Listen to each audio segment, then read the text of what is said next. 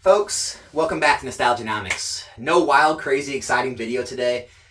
Just some real talk about some real things that no one else is going to discuss here on YouTube in the Pokemon community. Why? Because they're scared. Because they don't want to hurt anyone's feelings. Because they don't want to hurt their image. And I don't care about any of those things.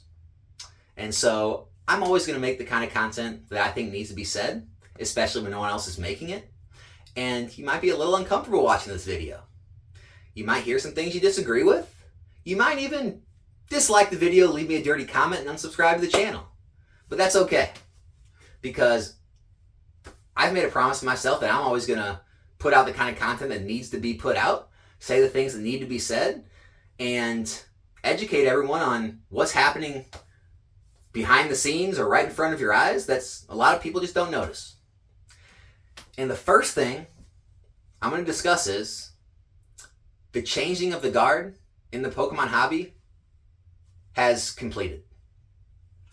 The old guard is now, in my opinion, completely flushed out, and the changing of the guard has happened.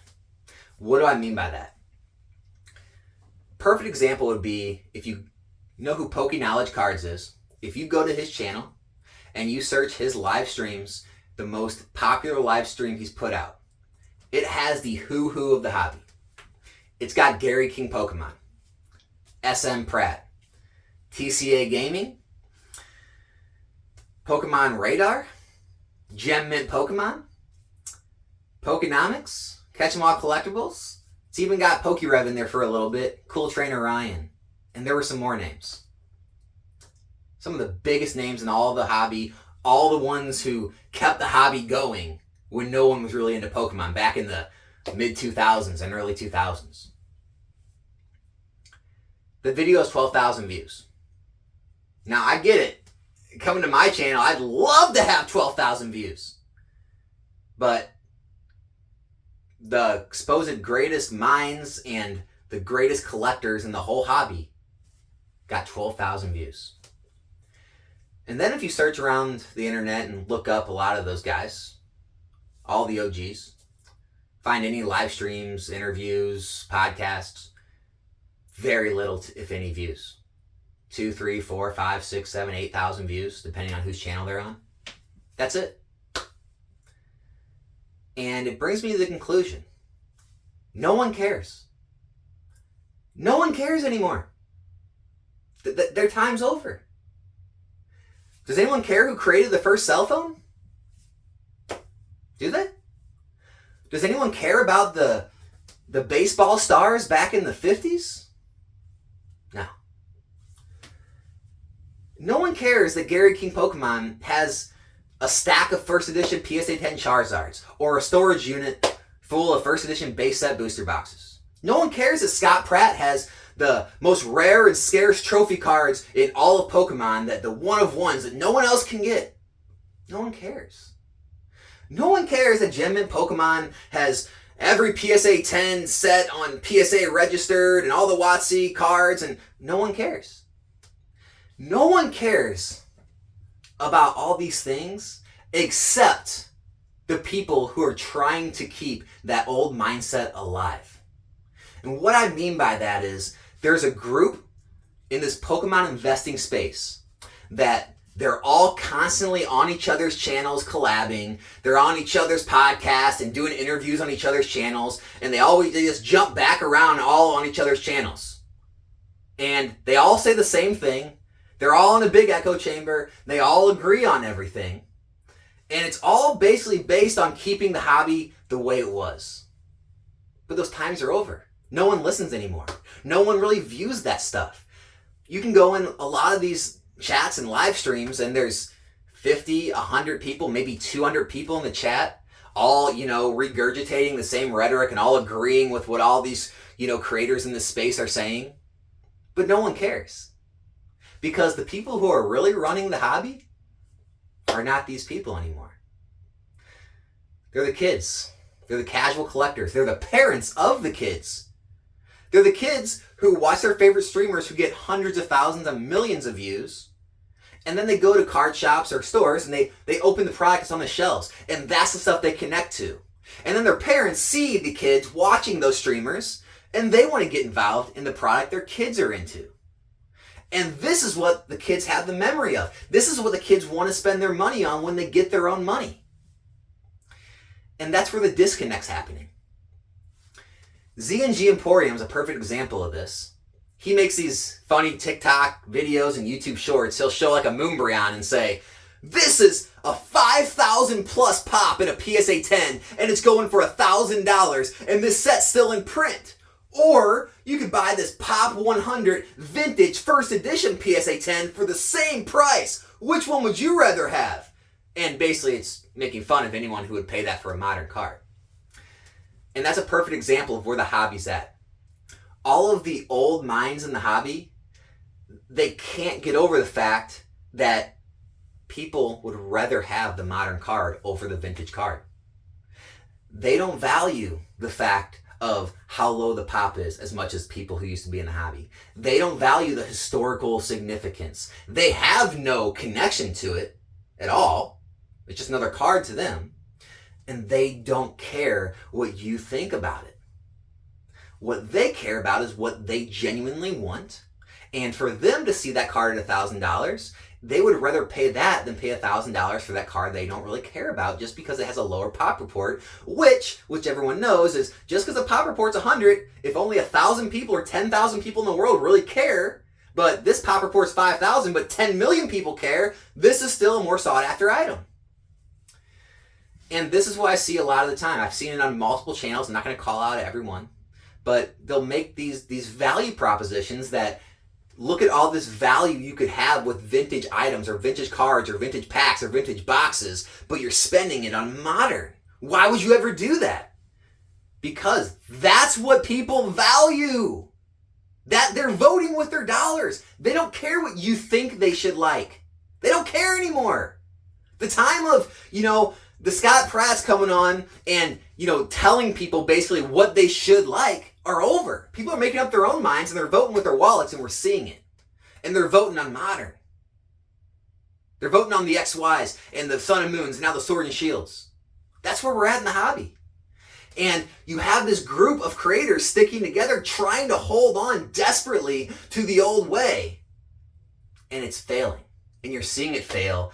And a lot of them are just kind of in this area where they don't know what to do. Do I start to, gravitate to the modern? Do I start to go that direction? Or do I hold on and stay strong to where I'm at and hope it does come back one day? And we're just in this spot in the hobby where it's getting toxic. And what I mean by that is, if anyone remembers the old E4 days, it's still around, but I don't think a lot of people use it anymore, but SM Pratt had this chat room site called E4. And basically, it was for everyone in the community to kind of get on and give their opinions on things and talk about the hobby. And I eventually got banned from E4 for speaking my opinion on things, but it wasn't an approved opinion.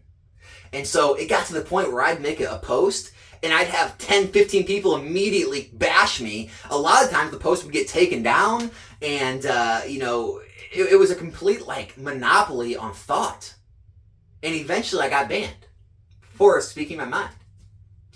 And so I created this YouTube channel, and now I'm seeing the same thing bleed over into YouTube. I can go on some people's streams, and I can make a comment, and I'll get blown up by 15, 20 people in the chat, all groupthink, hive mind, all attacking me for my opinion. And my problem is, I can deal with it. I don't mind. I created a YouTube channel. I came in the public eye. I have no problem taking heat. I can take bashing. I'm a big boy.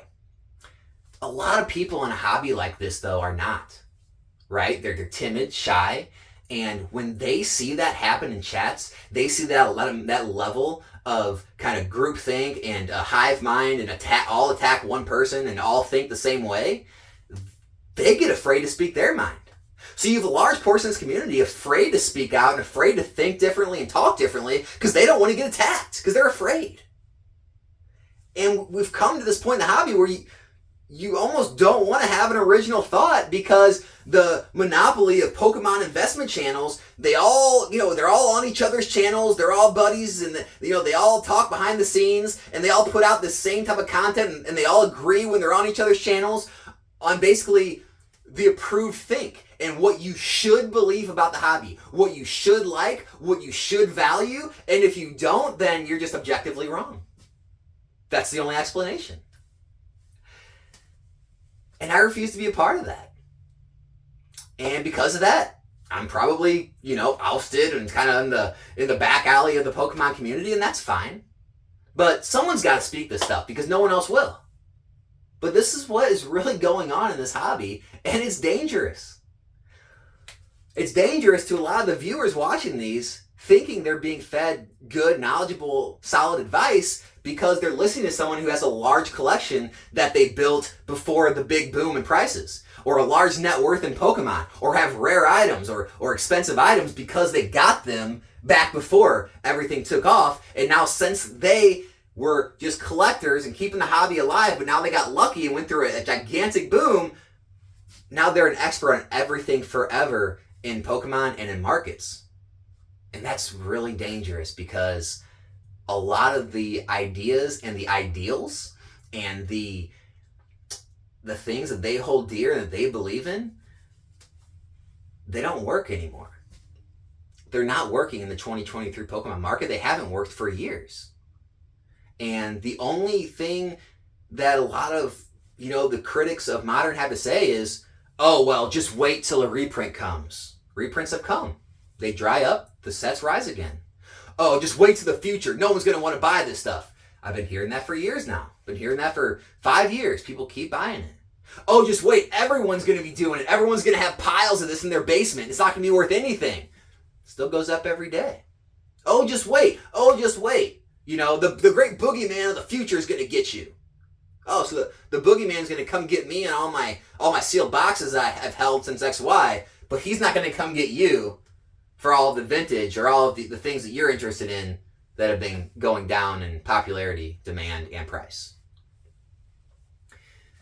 Think for yourself, people. Don't worry what it seems like everyone's saying, okay? Because we see that in our country right now with the news media, right? Depending on which side of the aisle you're on, if you're watching the right stuff or if you're watching the left stuff, you're going to get fed the same stuff all day long. And that's kind of what we're seeing in Pokemon. If you're watching Pokemon investing content, you are going to get fed the same stuff all day long, because everyone's thinking the same way and everyone's saying the same things and everyone's agreeing. So, do your due diligence, trust your gut, think for yourself, study how the market's moving, understand why it's moving that way, that there's a shift in the community, there's a shift in the value system, and you'll continue to do well. That's all I got today, guys. Sorry this wasn't my normal upbeat, fun, exciting video. I'll be back to those next time, but I thought this needed to be heard. Let me know what you think in the comment section. I'll be back in a new video soon. I'm out.